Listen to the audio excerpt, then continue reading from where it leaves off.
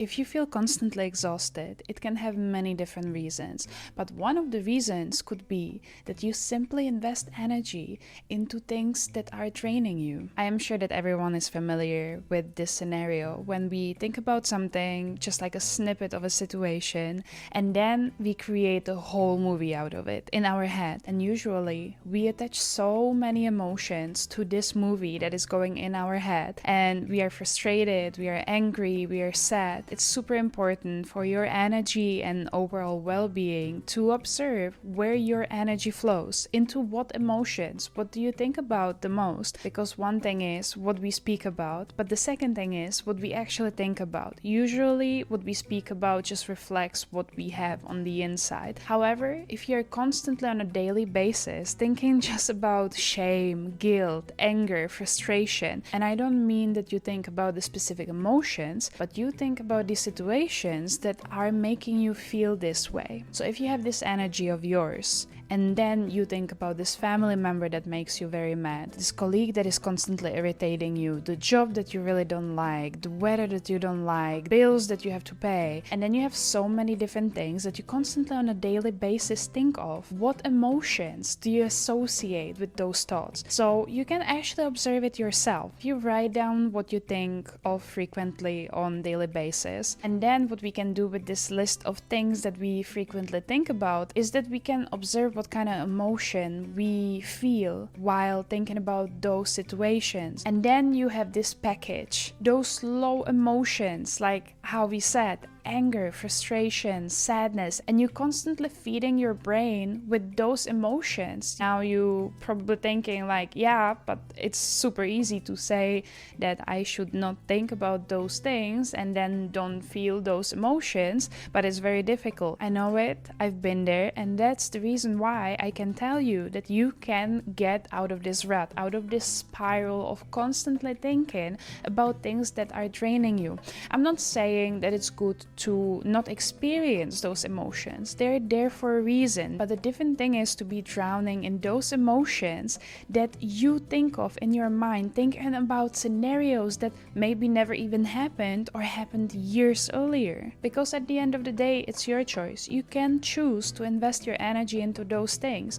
But then you cannot be surprised that you don't have the energy to actually create your dream life, to go after what you want. Because all the energy that you can invest into building a better life, into following healthy habits, into setting your mind straight, into being creative, you invest into low emotions. So what can you practically do? And this is something that me myself, I've done that. So the first one, it's therapy. If you want to go, I would highly recommend. The second thing that you can do is to control what you say. That's for me the easier step, because it's easier to control what you say rather what you think about. You start stopping yourself complaining, constantly yapping about negative and what's wrong in your life, and this is horrible and this is terrible.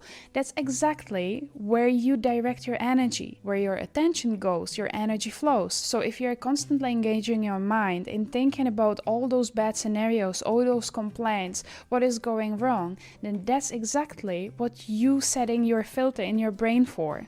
You're gonna be seeing more of those situations. You're gonna see how the world is terrible, how people are treating you badly, and then you can very easily miss on things that are actually very nice, because all you can think of is how everything is terrible. So the first thing you can do is to very mindfully check what you speak about. I read this book, I think it's called A Complaint-Free World, and that's actually how I started this. I started checking what I'm speaking about. I did the complaint-free challenge. I highly recommend doing that. You can read the book, you don't have to, it's up to you. However, it's good for you to figure out a way how you will be able to make yourself accountable when you're gonna be complaining. And with this book there comes a bracelet, and every single time when you complain you switch it to the other wrist, and that's how you see how many times a day you actually complain. And every single time when you complain again, then you have to reset the challenge, and the goal is to not complain for 21 days straight. So this is the speaking part, and I would say that once you become very good at directing your words words and what you're saying and stopping yourself from complaining and just being constantly negative, then essentially it's time for checking what is on your mind, what you think of, because your mind is very strong, and maybe it does not seem like that at the moment. Maybe you don't feel like your mind is that strong. However, speaking from my own experience, it's like a muscle. The more you train the strength of your thoughts, of your mind, the easier it's gonna become. I remember when I couldn't think of anything else but negativity and low emotions, and over the years I practiced this skill so much to be able to think in a very creative, good way that is actually serving me. And now in December I was actually able to catch majority of my negative thoughts and stop them in the flow and not evolve them into the story. And it took years of practice. However, great things take time. And if now you are in this point when you're just constantly complaining and you just see world through very dark lens, then it's gonna take some time. You got this program in years doing the same thing, thinking the same way. I am not saying exactly how long it will take for you, because for every single person it can take a different time. However, it's definitely worth it. You're gonna change your life, because once you change how you think, then everything around you is going to be changing. Then you're changing the internal environment rather than focusing on how the external environment influences you and then being a victim of this external environment. You change within, and then you are able to build a completely different life, because your brain is just completely different. You become a different person.